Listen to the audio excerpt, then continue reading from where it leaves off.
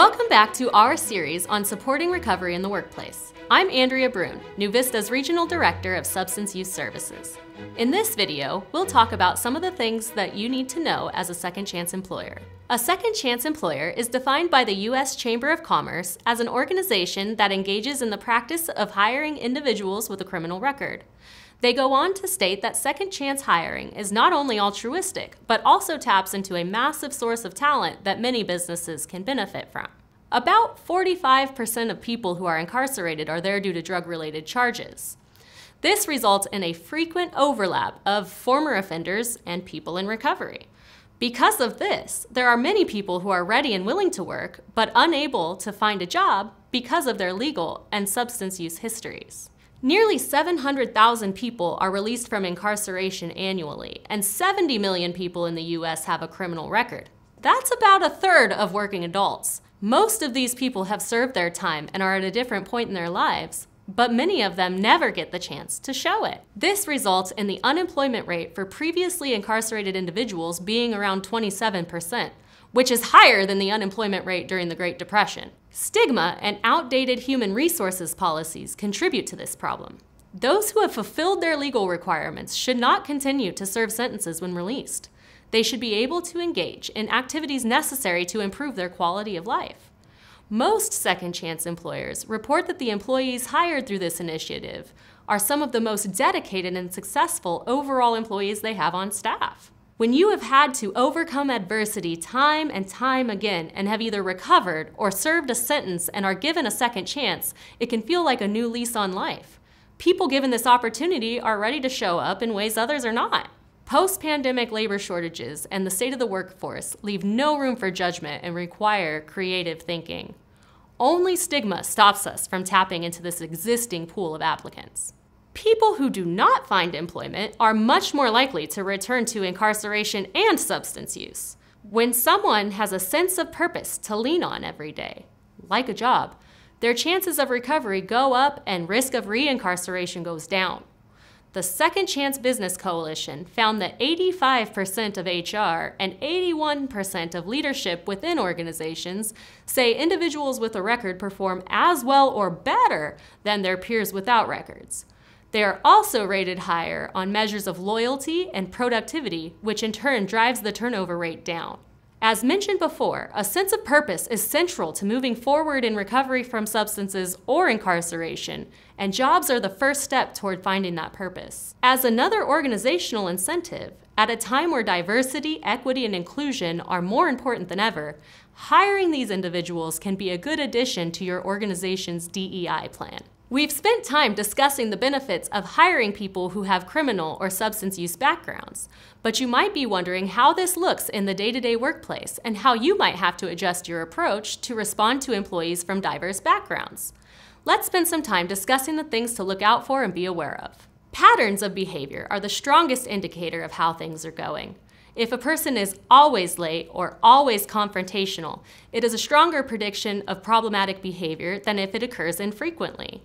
You should be especially concerned if these patterns suddenly change or occur in multiple contexts. This means that patterns of behavior that cross into issues with leadership, coworkers, and support staff are a stronger indicator of a problem than issues that only occur in one context. Other common issues could be frequent absences and inability to take responsibility for errors and problems. It can be a warning sign if the employee suddenly has to leave much more often than their peers.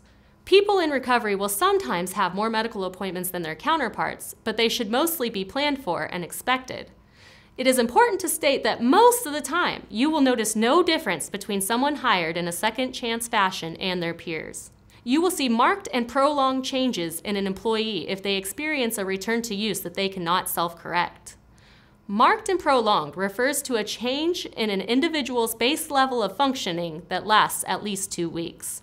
You will likely see cognitive changes in what the employee is capable of and may notice outward signs of intoxication or withdrawal.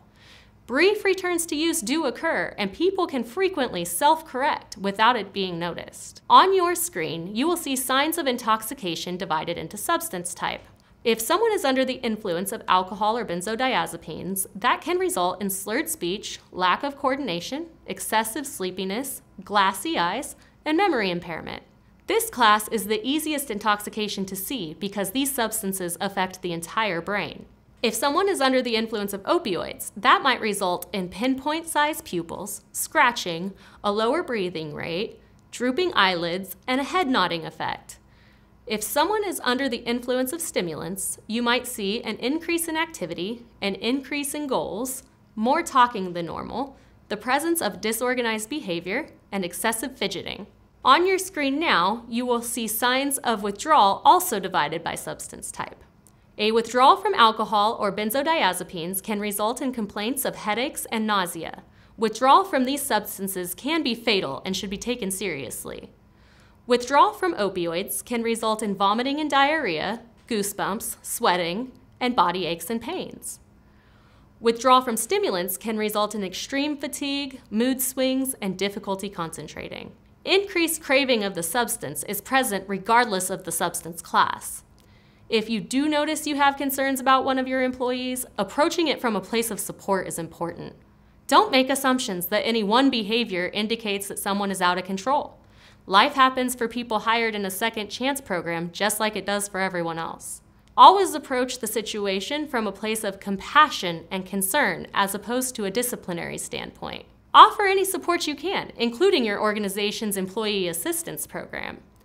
Make sure to consult your organization's policies and procedures for addressing performance concerns, and make sure to state facts and not feelings about any problematic behaviors. It is important to maintain firm boundaries while still carrying a message of concern and support to the employee. KentuckyComeback.com can help link employees and second chance employers together, providing resources for both. And SecondChanceBusinessCoalition.org responds to broad questions about second chance hiring and provides several resources to organizations interested in pursuing it.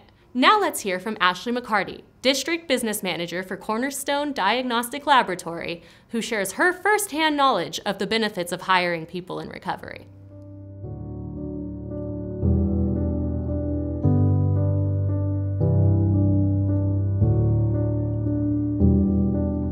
My name is Ashley McCarty, and I work for Cornerstone Diagnostics Laboratory, and I'm a district business manager. I graduated college with a bachelor's in psychology. Immediately after that, I was hired as a pharmaceutical sales representative, and I loved that job. I love networking and building relationships and working with people. Then I actually had a couple of surgeries. One was being my wisdom teeth taken out, and I was prescribed opioids. Then I had a dry socket and started having migraines, and every time I was given a prescription of opioids. I didn't know I was addicted until I tried to stop, and I couldn't. And I went to treatment again at the Hope Center in Harlan or Everett, Kentucky. It saved my life. I guess I had a spiritual awakening or an epiphany. I wanted to be different. I had always thought that that was just the hand I was dealt in life. That's just how my life was going to be. But I saw people not on drugs, not using, and they were happy. And that's all I ever wanted, was to be happy and to not feel so alone. So I changed my life. I was there and gave back and was a peer support specialist, got hired at Addiction Recovery Care, worked 4 or 5 years there, went on to the Kentucky Chamber. They posted a position for working with employers on educating them on how to be recovery friendly and help individuals in recovery build their life back and find meaningful employment, not just employment, but meaningful employment, because that's so important. I'm living proof that people change. I am not who I was 9 years ago. I wanted to be known as more than just my recovery. I wanted to be known as a businesswoman, as a business leader. And I did. I led that program at the Kentucky Chamber. You know, I was seen as more than the mistake that I made, as more than the disease that I have of substance use disorder. I was seen as so much more than that, and that meant the world to me. So I want to be loyal and dedicated to my employers. So I want employers to know that they're not settling for someone in recovery. They're getting the cream of the crop. No one is settling for an individual in recovery. They miss less work. They call in less often. They have less sick days. They are the most, and speaking from experience, they are the most loyal employees that an employer could ever have. because they were given a second chance. I was given a second chance. It's so important for not only employers but anyone to know that substance use disorder is a disease. It's not a moral failing. It's not a choice. I mean, it's classified as a brain disorder. So I think it's so important for employers to educate themselves and educate the workforce and to treat individuals in recovery just like employees. Why do we box people in recovery that now they have to work with people in recovery? Why can't the sky be the limit? Why can't they do whatever they want? Don't box them in and let them have options. That's why we have to work with employers to educate them on the disease and the disease state and individuals in recovery, that they don't just have to work in that space, that they could work anywhere. If an individual in recovery, maybe you have suspicion, or maybe they are acting different, maybe they're calling in all the time, or they're coming in late, or they're missing meetings. One thing is, what would you do if an employee who you didn't know was in recovery? What would you do with that employee? Well, do the same thing with this employee. Sit down and talk to them. Have a conversation. Ask what's going on. Ask if there's anything you can help them with. Employer-initiated recovery or treatment is more meaningful and actually lasts longer than anyone else initiating treatment. An employer initiating that is so much more powerful. That's huge, that's meaningful, that's impactful, and that recovery sticks and lasts.